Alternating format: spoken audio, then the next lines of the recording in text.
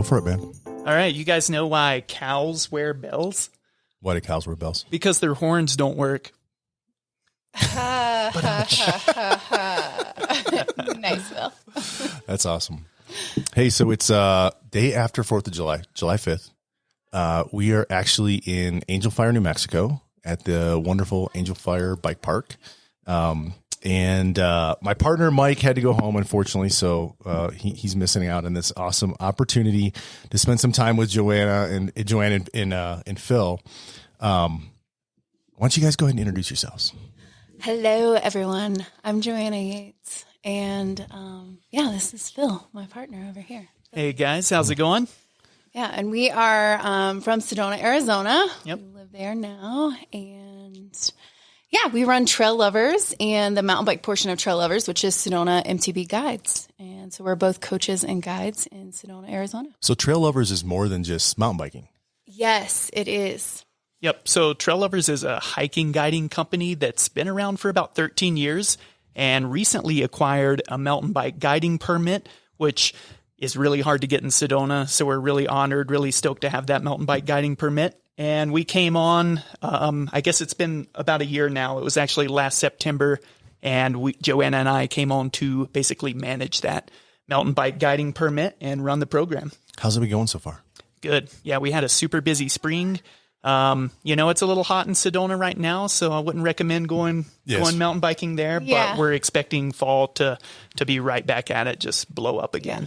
Well, Josh, that's why we're all here. That's why we're in Angel Fire. Because it is so hot in Arizona right now. No, for sure. Yeah. I mean, I've been to Sedona in the summer, man. You just ride early in the morning, late at night. Or you do night rides. Yeah. Which is great because Trail Lovers offers night rides. We have like the whole setup and get up. And actually, we still have been doing a little bit of guiding through the summer, but typically, super early, or we do night rides. So what kind of programs, what does Trail Lovers offer to a consumer? So on the mountain biking side of things, of course, we offer guided rides, which vary anywhere from 2, 3 to 5 hour rides, any difficulty level you want. And what Trail Lovers is known for is this door-to-door service. So we pick you up at your hotel, at your resort, take you out. We provide everything, whatever it is, bikes, packs, water, snacks, really good snacks, by the way. Drop you back off. Local organic stuff. Yeah, really good stuff. And we drop you off when you're done. It's always a 5-star experience. We guarantee that. We're your money back. And it's pretty awesome. Beyond that, we have a shuttle operation. So if you wanted to come to Sedona and you don't need a guide, but you need transportation for you and your bikes, we have 4 large vans that can transport you and all your bikes. I think the bike racks hold 7 bikes. Yeah, that's the most. And we can take you wherever you want to go, drop you off at the top of the hill, pick you up at the bottom, do Highline shuttles, whatever you want. Oh, that's quite awesome. And like pricing wise, I know you looked it up. Oh yeah. Bill's got it. How about give us just a couple examples? So not everything. Yeah, for our guided rides, you and your buddies come to Sedona. Our group pricing is $145 a person. And that's the 2-hour guided tour. Right on. And 2 hours in Sedona is going to get you a lot of bang for your buck. You can go up from there, 3-hour and 5-hour, and it goes up a little bit, pretty much goes up $100 for the 3 hours, another $100 for the 5 hours. So it's pretty well priced. But Sedona's got like epic mountain biking, right? I mean, some of the best mountain biking in the world. Absolutely. World class. And to have someone that can take you out and actually knows the trails and knows, the nuances of riding in the desert and the mountains there. For sure. And I think one of the tricky things with Sedona, the trail system is so spider-webbed. I mean, we're talking about 300 miles of single track in a pretty small area. Right. So you go for a ride, you're going to pass, 20 intersections. Having a guide with you so you don't have to stop at all of the intersections, pull out trail forks and figure it out on your own. You can just keep flowing through.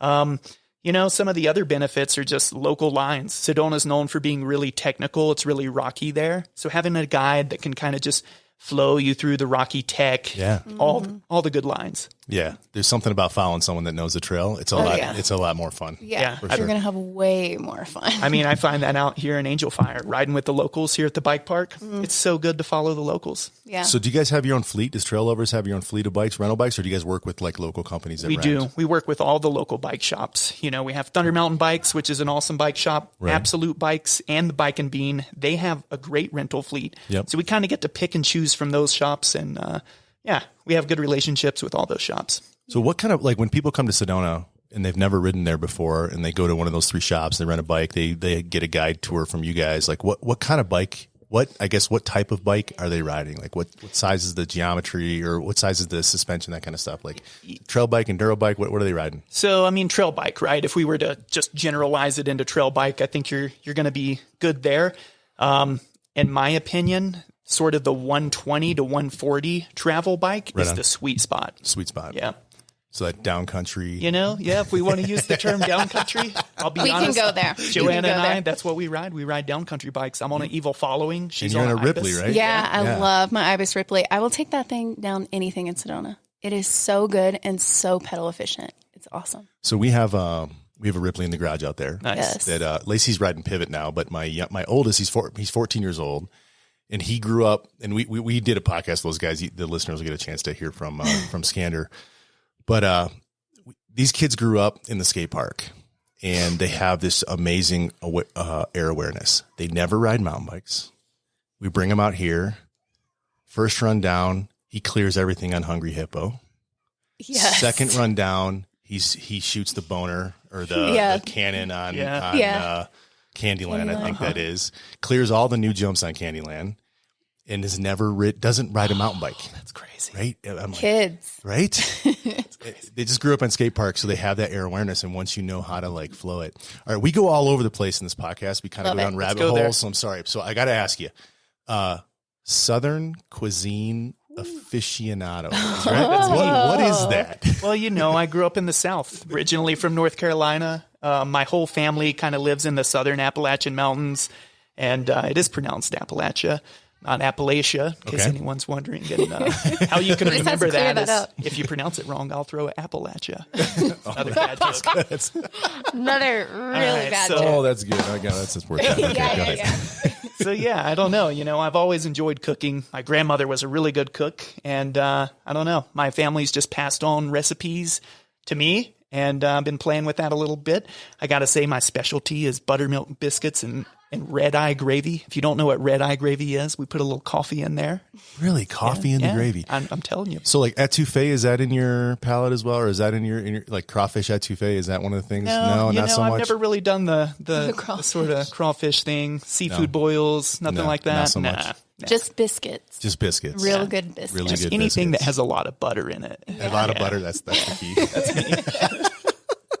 Dude, but you should have his gravy sometimes, Josh. With coffee in it. So Red good. gravy. Yes. Yeah, yes. red eye gravy. Red eye gravy. sick. So what's the eye? What is there? I think it's just red eye. I don't know. Maybe the term comes from like, you know, you're sleepy, you're kind of, you know, dragging in the morning a little bit, put a little coffee in your gravy, give you some pep in your step. I think that's it. Yeah. Get you going. Oh man, that's funny. Okay. So, one of the things that we like to do, on this podcast, and that we've done from the very beginning, and actually, if you look at the demographics of our listenership, it shows 40% of our listeners are women. Yes. Which is really unusual for a mountain bike podcast. Yeah. When we originally set out to do this, we figured it was going to be like 35 to 65-year-old men is what we were going to be targeting. And what we found is that we had a huge following from females getting into the sport. And so we kind of latched onto that. And we love to give a voice to females to help like kind of bring more women into the sport. And so I would love to get your thoughts on like, what are the things that we can do, that other men can do to help bring more women into the sport. I can tell you like every guy I know has tried to get his wife or girlfriend to ride. And there's about a 20% success rate. And there's about, I don't even know how many of hundreds of, $10,000 bikes sitting in garages. And I have a theory that if you want to get your girlfriend or your wife riding, you shouldn't be the one teaching her. Yeah.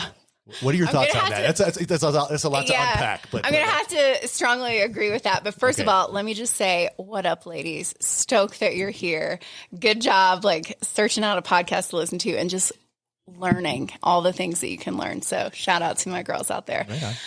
Second of all, yes, I would suggest get them a lesson. It's going to be so much better for your relationship, okay, if you're not the one teaching them how to ride. And B, I think that if you are teaching your significant other, giving them tips out on trail or helping them along the way, remember that the ride is not for you, it's for them. You want them to have the best experience possible so that they get hooked. It's like when we take beginners out for trail lovers, whether it's a lesson or it's a guided tour, we are trying to create the best possible experience for them. We want them to come back for another lesson or tour or, come back and work with us in some way. So they are hooked on the sport. It's like I always joke with people and I'm like, this is the gateway drug. Just wait. You're hooked. Like, sorry about you, but from here, you're screwed because that's what happened to me. Yeah. Right. Like, I remember being like, oh man, I don't know if this is for me. All the things were hard. Like, I just remember, first learning how to ride and thinking about all the things like shifting, body position. Oh my gosh, wet roots, rocks, all the things that you're thinking about. But just coming back to like that experience and having fun, if you can make it fun for them, that's going to be huge. And then they're going to want to ride again. We want them to have a good experience. One of the things that we've tried to promote also is like, in addition to like getting coaching, but like find other women to ride with. Yes. Like go to your LBS, your local bike shop, find out like just basically every major metropolitan in the United States and even overseas. And actually we have a listenership that goes like 100 different countries. So lots of different people are listening to this, but every major metropolitan has a group of women that's riding, right? That's riding. So go to your LBS, find out who those are and look, get on Facebook, look at the groups, look at Instagram, all that kind of stuff. Well, and there's so many popping up, like in Arizona alone. Tara, Steph, there's several in Sedona. There is like the Flagstaff Lady Shredders, Tucson Women Shredders, like so many women's groups. They're divas. Yes, it's amazing, but even outside of Arizona, which is sick. Like I'm loving to see the sport grow in that way. And it's supportive communities like that, which is awesome.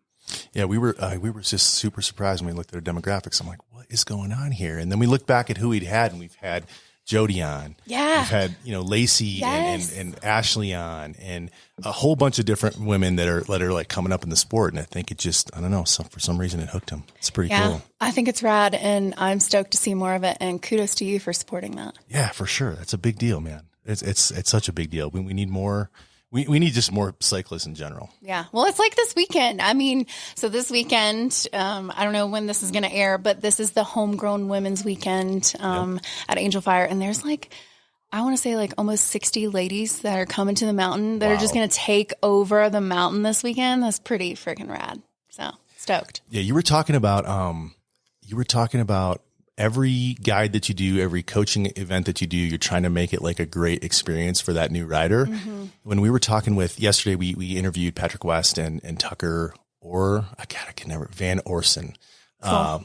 Patrick's the trail builder and designer out here at Angel Fire, and Patrick runs Tucker is the trail builder, and Patrick runs the bike park. But what they said was, we hadn't even thought about this. Like they design, I love Hungry Hippo, right? It's a jump line. I don't jump. I still love Hungry Hippo. It's a great, super fast ride for me. For sure. And they're like, we have to design, and they call it squirrel catchers. We have to design the trails for everybody so that, if in Hungry Hippo's got all giant tables, and if they had made those gap jumps, I couldn't ride it, right? So it's not fun for me. So they have designed this whole park to be fun for everybody. Yeah. Which is, they've done a great job. Yeah. That's for sure. Yeah. So Patrick is one of our longtime friends. We know Patrick from when we were in West Virginia, and Phil he was, actually, you knew him from West Virginia. Yeah. So Patrick and I used to work together. We used to build trail together back in 2010, 2012, around there. Wow. Yeah. It's a small world, man. It is. Yeah. So that was kind of our connection to Angel Fire. Patrick was always pulling us, hey, come see us at Angel Fire. You're going to love it out here. And he's done a good job. He's been out here for over a decade, just crushing it, turning this park into something really, really special. Yeah. It is unique, right? Yeah. I mean, to be honest with you, this is the only park we've ever ridden.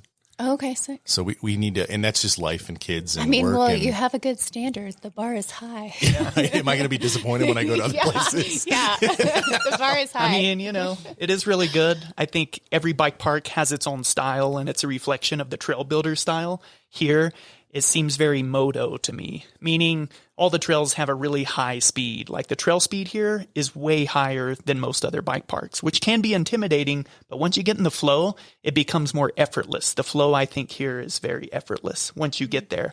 Now, with that said, it usually takes me about 1 full day of riding here before I get up to trail speed. I'm a little timid, and you really don't find the flow when you ride timid here. Yeah. You have to go with it. Yeah, tell us more about the riding in Sedona. So Sedona, I think people come to Sedona and they're looking for that Moab experience where you really truly get the long climbs and the long downhills. Sedona's kind of punchy, short ups, short downs, but it is 100% exciting the whole time. All of the ups will keep you challenged. We call it up tech there. Yep. Something to challenge everyone. The downhills are world class. They may be short. They may be 300 foot of descending or 300 feet of descending to 500 feet of descending, but like super, super fun and exciting. As technical as you want to get there, it has it. It has it. Yeah. Yeah. I always like the up tech is a good one, but I always tell people it's more like interval training. So Phil and I have been in Colorado for the past 2 weeks, and we've just been like doing all these crazy like mid-country rides, and we've just been like climbing uphill and then descending. So Sedona is very much like, short, steep up, short, steep down. Yep. Like you're always shifting, always changing your body position. You're always on. There's no break from it, which I think is hard for, challenging, I will say, for a lot of people that come there. For sure. And not to mention you're riding in probably one of the most beautiful places on earth. Oh, it's so beautiful. It's gorgeous there. The scenery does not suck. Yeah.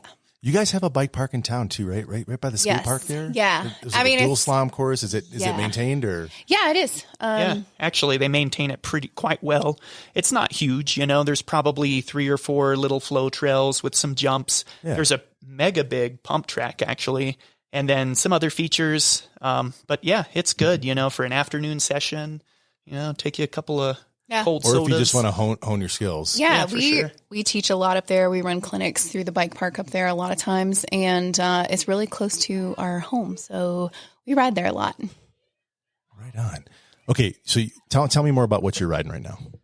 Bikes? Yeah. Okay, so 2 bikes. I have what I call my work bike or my Sedona bike, and that's the Evil Following 120 rear travel, 130 up front.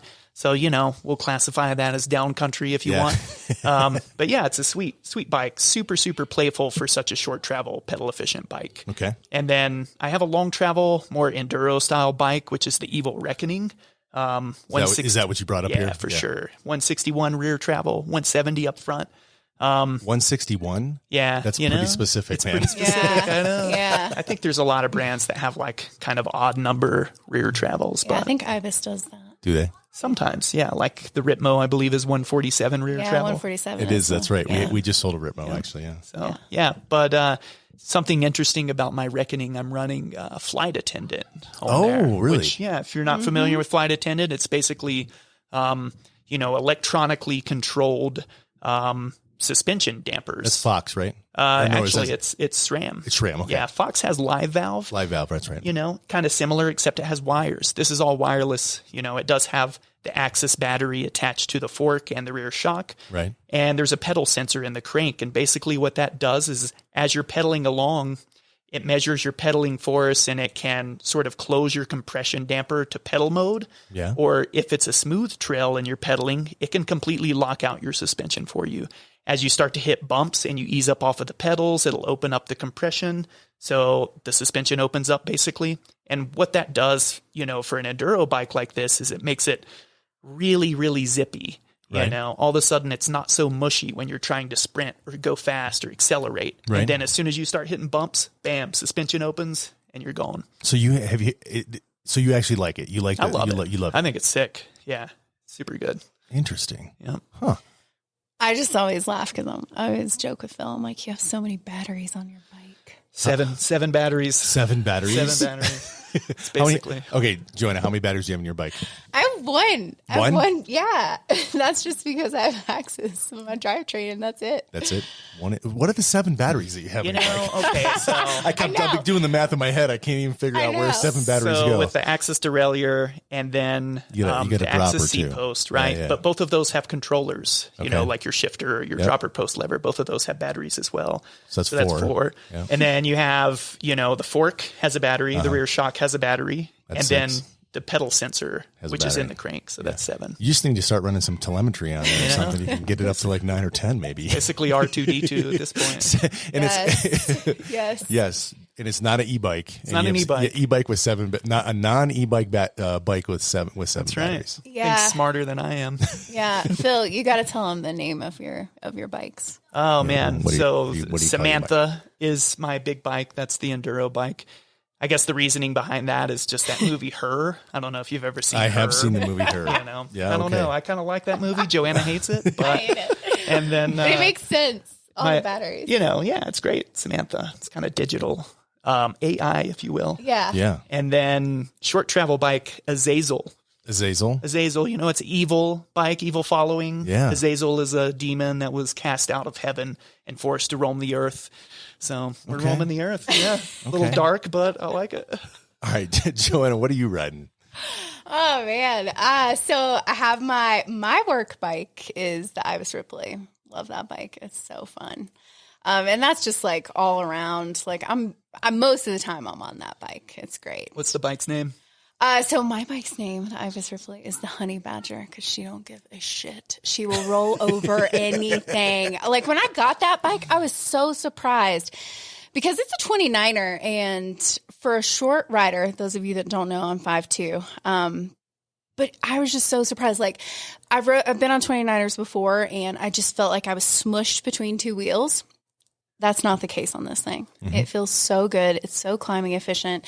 And the standover height is amazing. So, I mean, it just slays downhill. I love it. I will just plow on that thing. So it's super playful too. I love it. And then my big bike, which is, her name is the Big Girl. That is my Evil Insurgent. And that's what I'm riding out here. Is that 27.5? No, it is a mullet. Mullet. Yeah, comes stock like that. It's sick. And 170 out front and 160. That's not, it's 166. Okay, I was going to say 168, but 166. Yeah. 166. Yeah. So specific. Yeah, very specific. But I love that bike. I mean, what I found though is that one of the first rides I took that bike on was Highline. And I was like, I don't know. I kind of like my Ripley better on this. For our listeners, tell them about Highline. What is Highline? It is a double black diamond trail in Sedona, Arizona. It's probably, if you only have one trail to ride when you come to Sedona and you are an advanced rider, go ride Highline. It's so fun. It's like round trip, about 9.5 miles if you start from Yavapai Vista. It's one of our favorites. And it's got a really epic downhill. If you like steep and like really cool slick rock stuff, you're going to love that trail, and it's super scenic, of course. But I took that bike down on Highline. I was like, I don't know. Like, I think I kind of like my Ripley on this better. But I got that bike into the bike park this week, and I was riding at Purgatory last week, and it just feels so good on the descents. That's what it was made for. How is Perg? You like it? Yes, Perg Bike Park is so fun. We love it. I taught a clinic there last weekend. It was awesome. Right on. What's the makeup? Is it tech flow? What do they have? Oh man, they got a little bit of both, but I would say, Perg is pretty gnarly. Some of their double blacks are very challenging. Yeah, I would say Perg overall, it's a smaller bike park. They only have a handful of trails versus Angel Fire's dozens of trails. Yeah. But, Perg for me, they have 2 absolutely super fun trails that you could just lap. And then they have a couple trails that are, for me, they're real pucker factor. Like World Cup is steep and it has some big moves on it. And then there's this trail called Lynx that has probably the gnarliest rock garden that I've attempted to ride. Yeah. It's pretty heavy. Do you ride the Graveyard here? I haven't hit Graveyard yet. No, I've always been a little terrified to go on Graveyard, to be honest with you. With a name like Graveyard, I don't know. I think I've been down that trail like one time, and I was like, okay. No, once is enough. I did it. Fine. Yeah, okay, cool. I don't really need to do that again. I think we're like at a place in our riding where it's kind of, risk versus reward. Take it easy. Yeah. Yeah. And as far as PERG goes, so they have like the Big Mountain Enduro there this weekend, if that tells you anything. And like we were there last year and watched that, and it was gnarly. Those guys are, I mean, it's amazing. I would not want to race on that. That is like a different level, but yeah, it's pretty crazy. Do you guys race at all? No, we have in the past. Yeah. Nothing serious, nothing too competitive, but I know Joanna's done some enduro racing. I've done a little downhill racing, but yeah, more we never casual. really got into it as much. We were just kind of like, okay. Yeah, I don't need to be timed. Yeah, I don't need to be timed. I don't know. I just like never really got into it. I mean, I've definitely done a handful of enduros. I even did some cross country races. I think it was, like pretty early in my riding career, if you will. You're just trying to find out like what you like and what you want to do. You're just figuring things out. So, hey, so where is Trail Lovers in 10 years?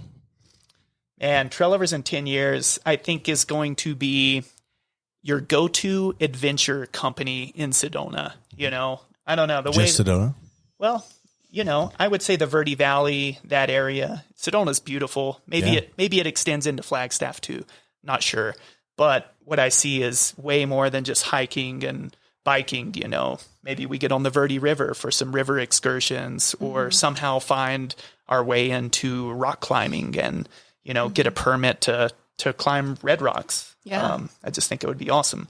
Like, come to Sedona, you just book multi-day experiences with Trail Lovers, and that's going to be your hike, your bike, your climb, your paddle, transportation to and from everything. Yeah. Catered food, I don't want to call it a retreat scenario, but we'll come pick you up, take you for your adventures, drop you off. It's going to be rad. Yeah. Best guides in the biz for sure. Yeah. And that's the cool thing. Like, Trail Lovers has some very experienced guides. I mean, not only in the mountain biking portion, but the hiking.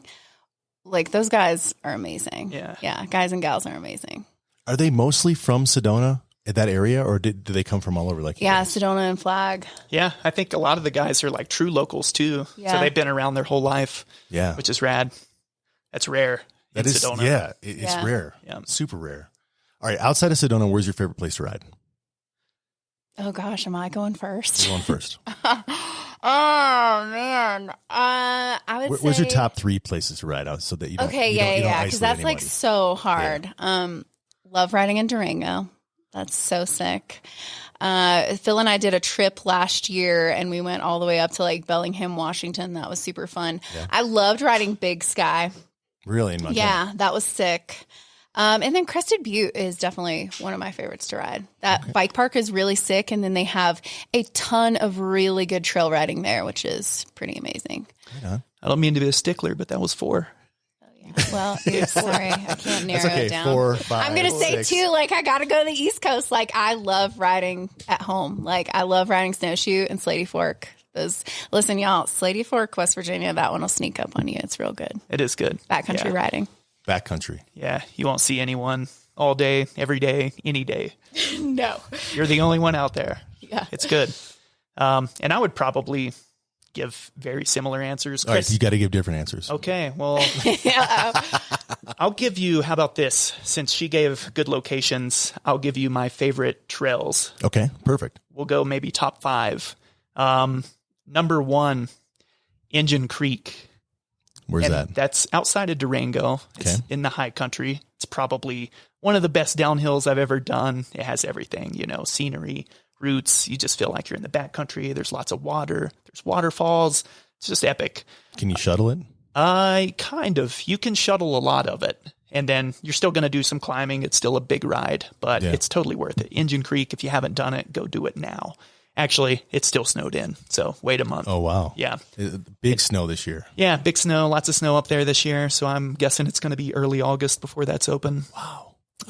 Number 2, we're going to go to the San Diego area. Oh, now I'm surprised. Yeah, Noble Canyon. Yeah. I don't know what it is about that trail.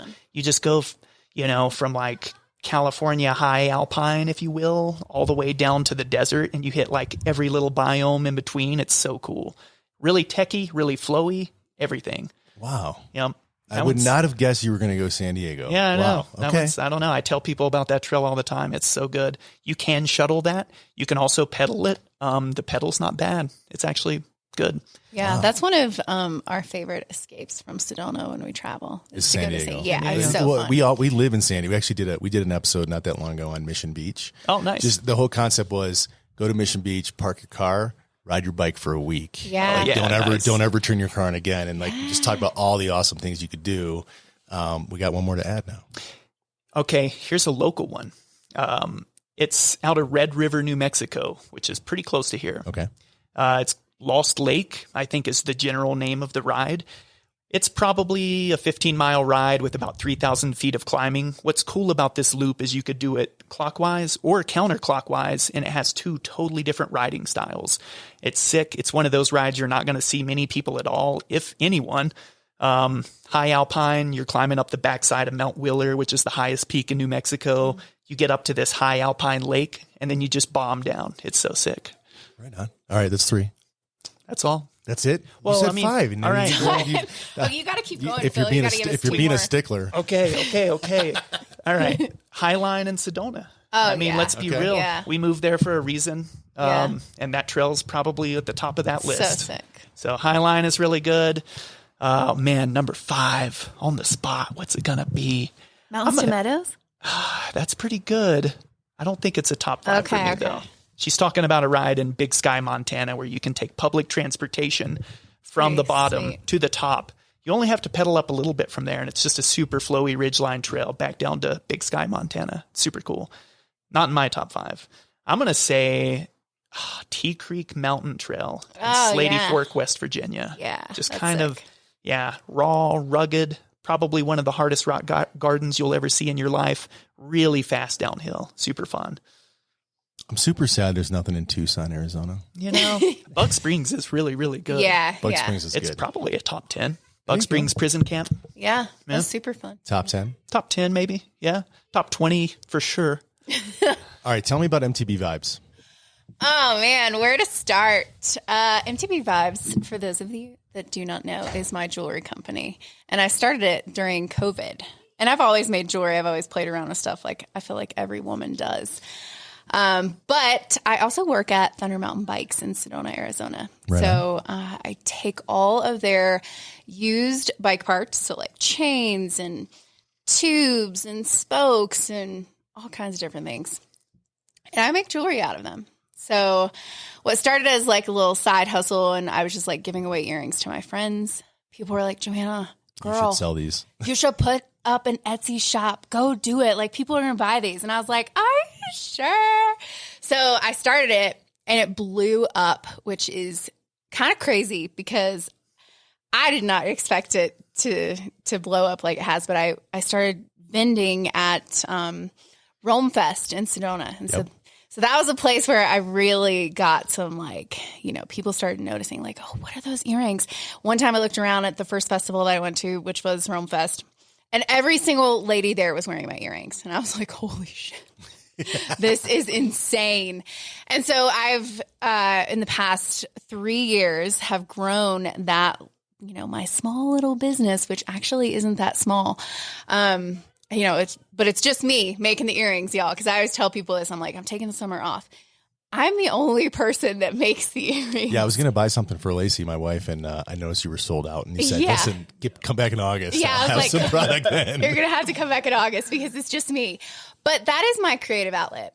I always tell the ladies and whoever buys from me, because it's just not women, that there's good intention in those earrings. And I only make them when I'm like, that's the vibe. Like, I'm putting good energy into that. And I create them from a space of like love and like just putting that into the earrings so that people like feel that when they get it.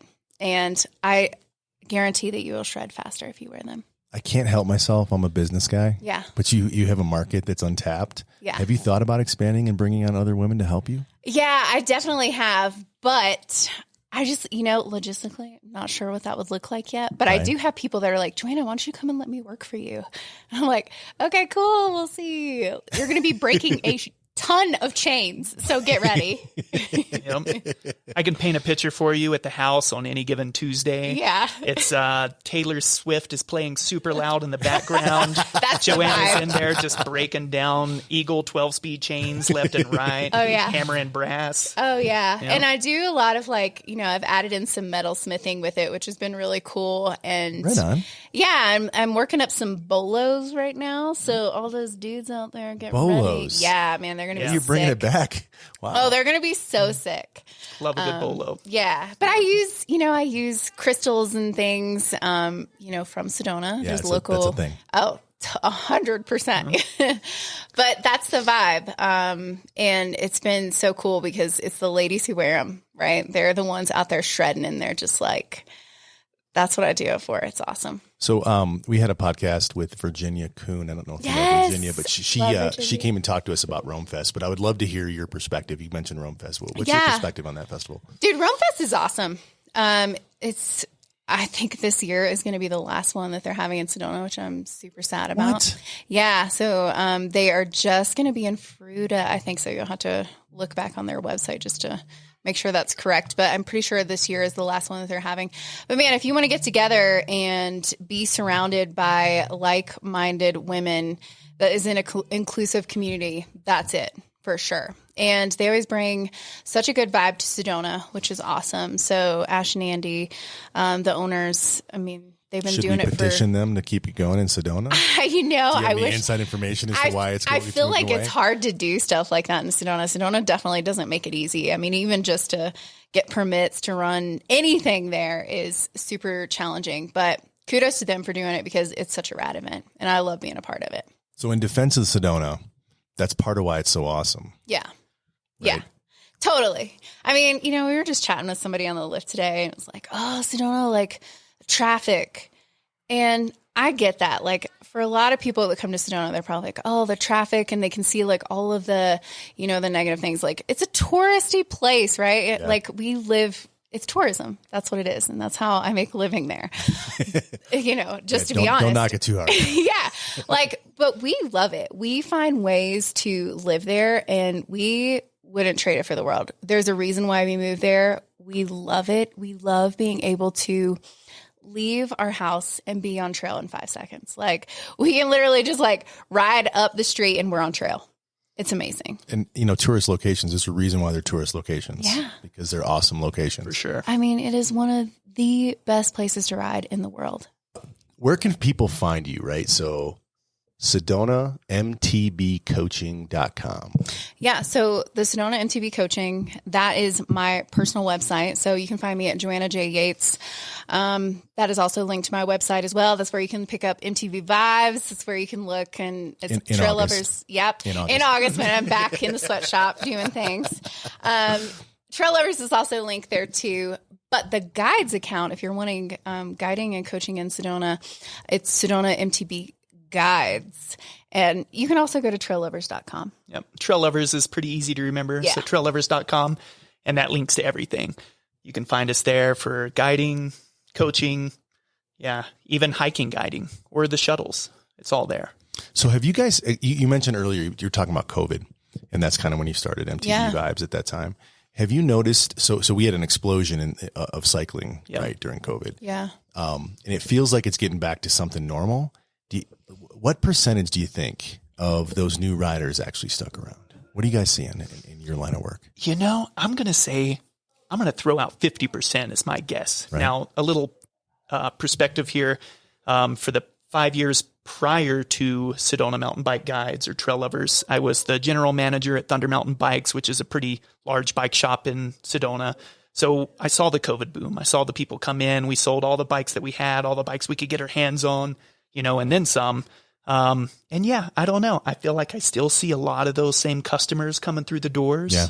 I would say 50%, Yeah. Yeah. Yeah, I would say the same. I mean, and that's when really, like, even for coaching in Sedona, it really popped off. Like, people were getting new bikes, and then they were like, oh, cool. Like, kind of need to know what I'm doing. What the hell do I do with this thing? Yeah.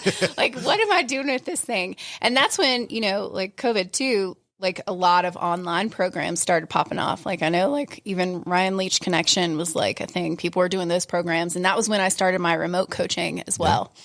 So, and I still run programs like that. I just finished up a 30-day challenge. I usually do one in the spring and the fall and one in the summer. And we just finished the summer one and it was awesome. Why don't you tell us more about those programs? Yeah, so I offer several different programs online for remote coaching. So anybody can work with me. Doesn't matter. But my challenges are what people, I feel like they look for, because the point of the challenge is to help them build consistency with a skills practice, because you can go to a weekend clinic, you can get coaching, you can get private coaching, and that's great. That's such a good place to start. But here's what I have found. People really start to hone in their skills and make it a part of their riding and really start to progress their skills when they actually have a skills practice.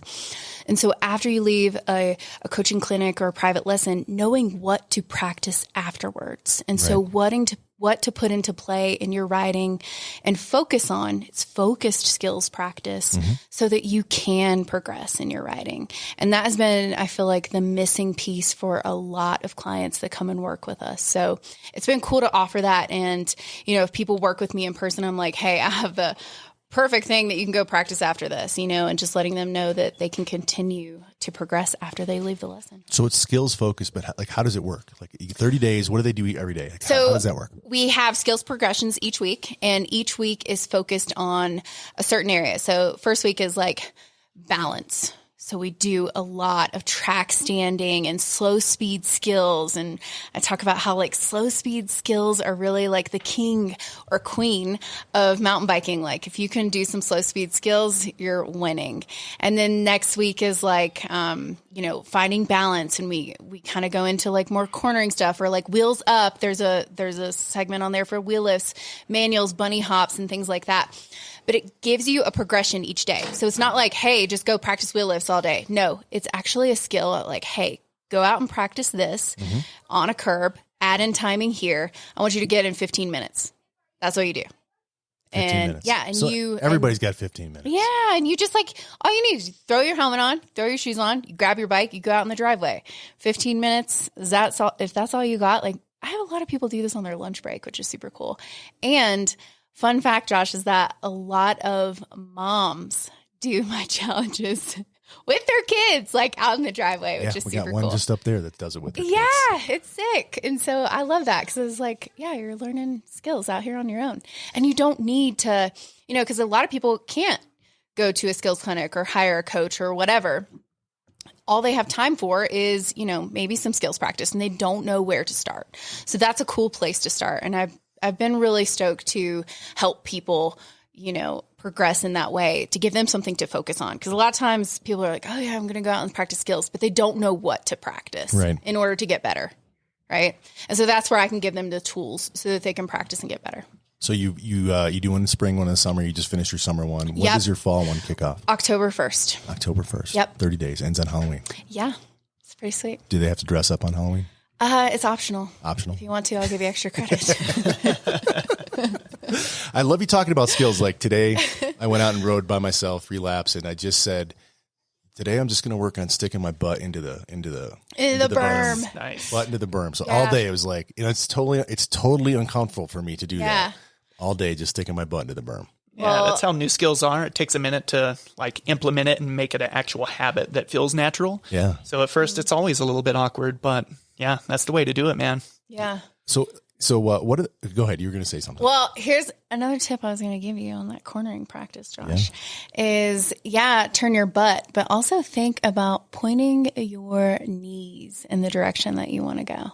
And that will be a game changer. It will help you twist your hips, and you'll get that quote unquote like angulation of the bike to turn. So think about pointing the knees. So look into the turn, point your knees, stick your butt in. Yep. Get off the brakes. Sometimes it helps, you know, it's whoever, it may click for you, listener. But sometimes twisting the hips, but also pointing the knees is a big one. That's cool. That actually I think is going to work for me, and no one's ever said that to me before. So thanks. Little free. Okay, so while we're on giving tips, I know, right? Let's go into a full lesson. Let's go. We don't go into a full lesson, but like, what are the top few bad habits you guys see? Like each of you, what do you see for mountain bikers? Like what has the what can people work on? I think one of the first things I see comes from bad advice. You always have that buddy that's like, yeah, hey man, all you got to do is just get back. We were actually riding the lift with someone yesterday, and that's exactly what he said, was like, yeah, it's not that bad. You just got to get back. Well, what happens there is you unweight your front tire, lose traction. You can't steer the bike as effectively. So I think leaning back is really bad. Phil, did you correct him?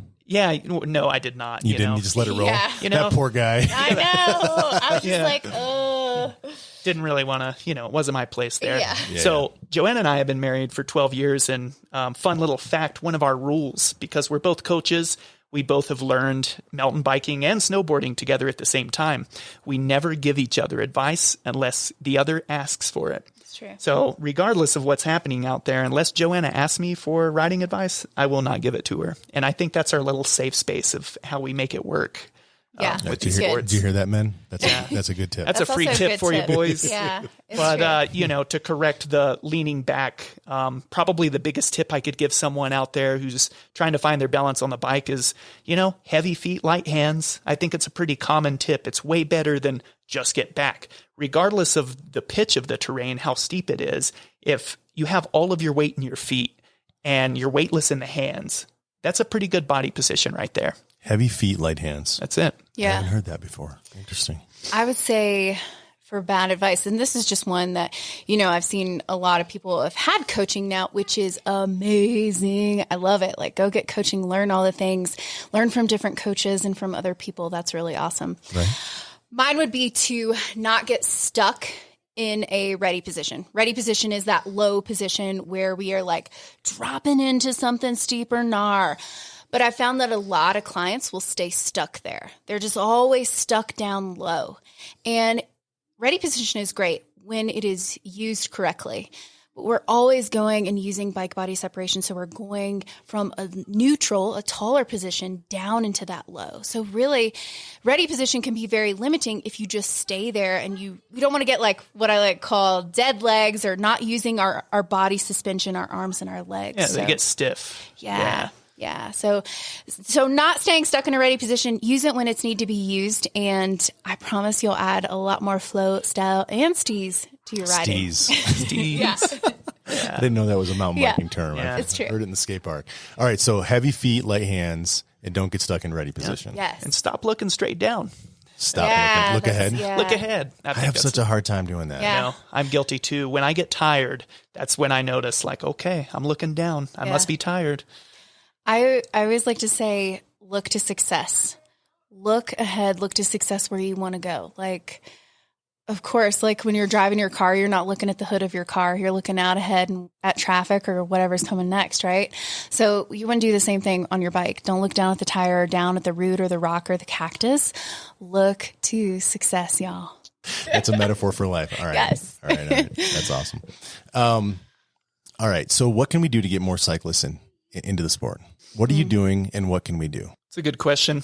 The first thing that comes into my mind is sort of that inclusive factor, just like being inviting, because I think, I've worked in bike shops. I've worked in the cycling industry for probably 15 years now, and it's such a clubhouse, It's such a broed out clubhouse, and I think that needs to stop. It doesn't need to be that way. I don't know. It's just full of ego and cool kids and all that stuff. But get rid of that. Doesn't matter. Break that barrier down. And then maybe more people would be like, oh, this is a cool sport. Let's try it. So less gatekeeping. Yeah, more. I think so. I think people might be curious about the sport, and then they go to one bad bike shop and it's ruined. That's it. They'll never go back. They'll never get into the sport. So breaking that wall down would be a good step.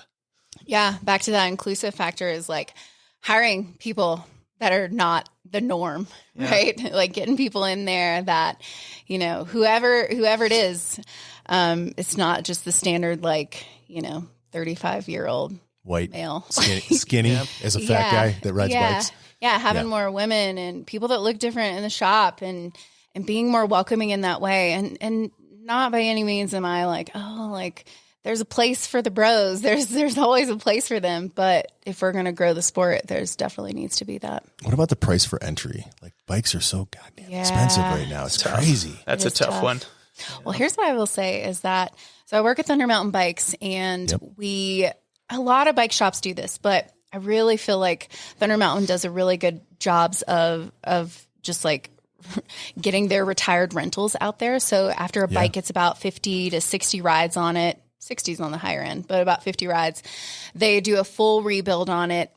Suspension, they put new tires on it, they get it ready to go out the door, and you can get those bikes at a really good price. And that's all the way from like hardtails up to higher end full suspension down. Like what they call the dream build or the premium bikes. I mean, really, only 50 rides and they sell them after 50 rides? Yeah. That's a pretty quick turnover. And it's fast. Yeah, they never really keep a bike for a full year. I was like, that's got to be like 6 months. That's like a half a season, right? Yeah, like it really is. I mean, they just did this sale, the 4th of July sale, and it was outrageous. I mean, they were selling that Ibis Ritmo for like, I mean, I don't know. They just had some really good deals that I was like, okay, 6. Like, hopefully they sold some bikes. So that's a good place to start for sure. All right. So look for rental fleets, van life. Oh, thanks, Lace.